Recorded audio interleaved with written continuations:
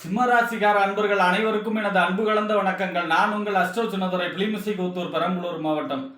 சிம்மராசி குரு அதிசார பலன் 2025 நிகழும் மங்களகரமான விஸ்வாவசு வருடம் ஐப்பசி மாதம் 1ஆம் நாள் மிதுன ராசியிலிருந்து குரு பகவான் கடக ராசிக்கு சென்று உச்சமடைகிறார். 49 நாள், நேர்கதியில் ஒரு 24 நாள், வக்ரகதியில் ஒரு 25 நாள், ஆக மொத்தம் 49 நாள் கடகராசியில உச்சமாகி சஞ்சரிக்க போகிறார் குரு பகவான். அதாவது ஐப்பசி மாதம் 1ஆம் தேதியிலிருந்து கார்த்திகை மாதம் 19ஆம் தேதி வரை, அதாவது 18/10/2025 5/12/2025 வரை 49 நாள் கடகராசியில உச்சமாகி சஞ்சரிக்க போகிறார்.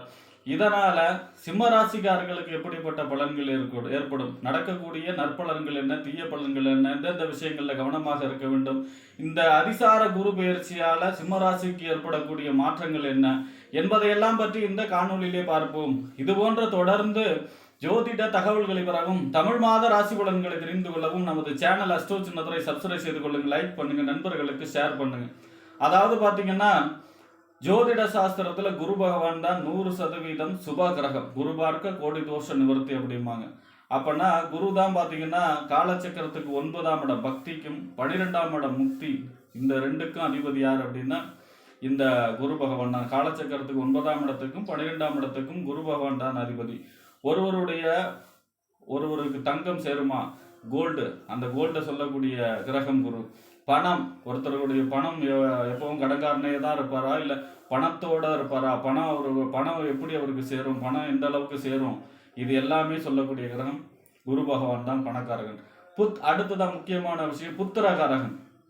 அதாவது பார்த்தீங்கன்னா குழந்தை இருக்குமா, அந்த குழந்தை நல்ல குழந்தையா இருக்குமா, இவர் கடைசி வரை பாதுகாக்குமா, அந்த மாதிரியான குழந்தை செல்வத்தை சொல்லக்கூடிய கிரகமும் குரு தான். புத்திரகாரகன், பொருள்காரகன். அதே போல கட்டுப்பாடு, அதாவது எப்படி வாழணும்னு சொல்லக்கூடிய கிரகம் எது அப்படின்னா குரு பகவான் தான். அதாவது கௌரவம், பையில காசு இல்லைன்னா கூட கௌரவமா வாழ்றாங்கன்னு சொல்றாங்க இல்லையா, அந்த கௌரவம், பரம்பரை கௌரவத்தெல்லாம் கொடுக்கக்கூடிய கிரகம் குரு பகவான் தான்.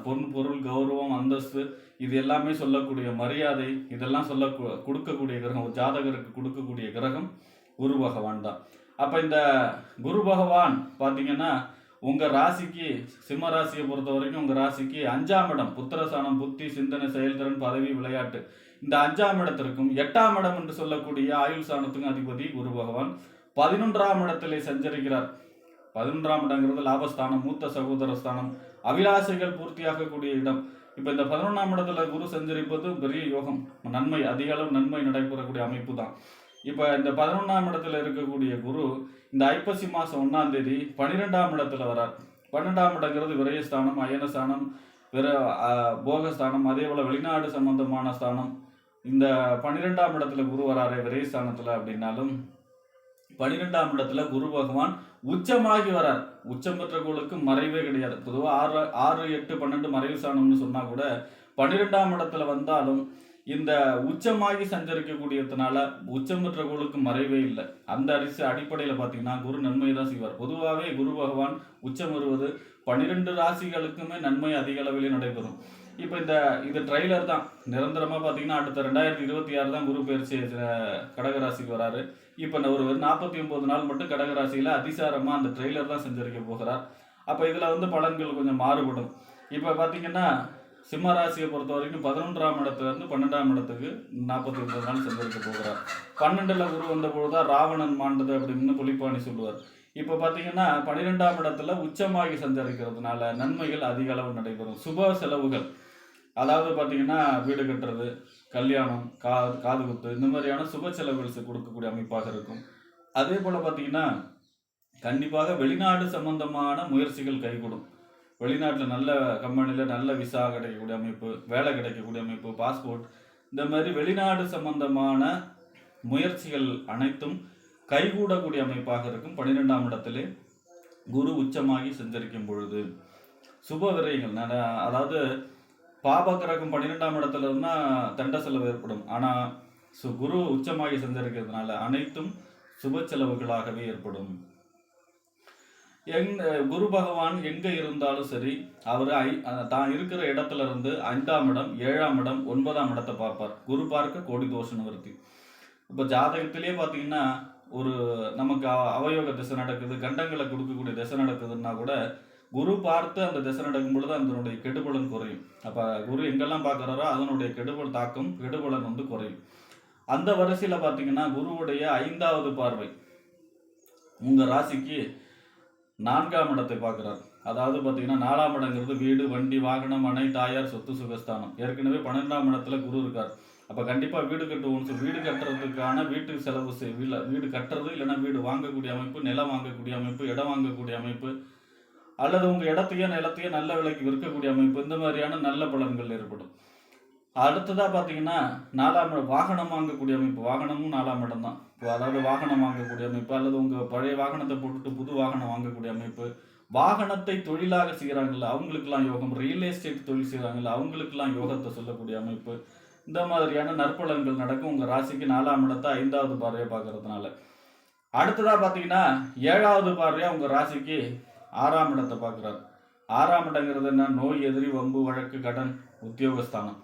இப்போ நோய் உடம்புல இந்த வரைக்கும் பிரச்சனை இருந்தால் கூட அது எல்லாமே சரியாகக்கூடிய அமைப்பு, கடன் பிரச்சனை எல்லாம் ஓரளவுக்கு தீரக்கூடிய அமைப்பு, அதே போல் பார்த்தீங்கன்னா எதிரிகள் தொல்லையெல்லாம் கொஞ்சம் குறையக்கூடிய அமைப்பு, கோர்ட்டு கேஸ் எல்லாம் இருந்தால் அது உங்களுக்கு சாதகமாக வரக்கூடிய அமைப்பு, வேலை கிடைக்கக்கூடிய அமைப்பு, இப்போ பதவி உயர்வு, வேலை இருக்கிறவங்களுக்கு பதவி உயர்வு கிடைக்கக்கூடிய அமைப்பு, இந்த மாதிரியான யோக பலன்கள் நடக்கக்கூடிய அமைப்பு நடக்கும் 7வது பார்வையாக உங்கள் ராசிக்கு 6ஆம் இடத்தை குரு பார்க்கறதுனால.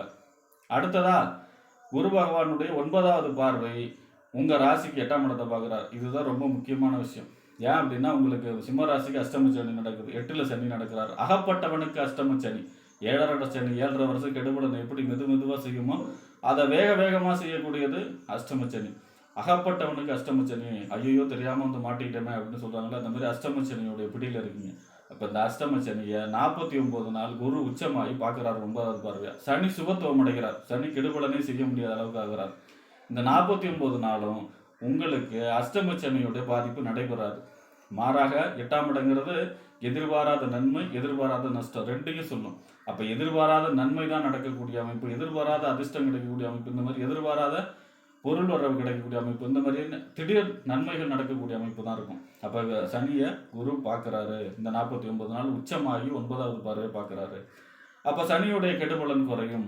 அப்போ பார்த்தீங்கன்னா இந்த அதிசாரம் குரு பயிற்சி அப்படிங்கிறது சிம்மராசி 49 நாளுக்கு சிம்மராசியை பொறுத்த வரைக்கும் முக்கியமாக அஷ்டம சனியுடைய தாக்கம், அஷ்டம சனியுடைய கெடுபலனை குறைச்சி உங்களுக்கு நற்பலன்களை வழங்கக்கூடிய அமைப்புல தான் இருக்கும் இந்த அதிசார பலன். அதாவது 49 நாள் மட்டும், ஐப்பசி 1ஆம் தேதியிலிருந்து கார்த்திகை மாதம் 19ஆம் தேதி வரை, 18/10/2025 5/12/2025 இந்த காலகட்டங்களில் அஷ்டமச்சனியுடைய பாதிப்புலேருந்து பிடியிலிருந்து தப்பிச்சு கொஞ்சம் பெருமூச்சு, கொஞ்சம் ரிலாக்ஸ் ஆகக்கூடிய அமைப்பாக, நல்ல பலன்களையே அதிக அளவு நடக்கக்கூடிய அமைப்பாக சிம்ம ராசிக்காரர்களுக்கு இந்த அதிசார குரு பெயர்ச்சி அமையும் என்று கூறி விடைபெறுகிறேன். நன்றி, வணக்கம்.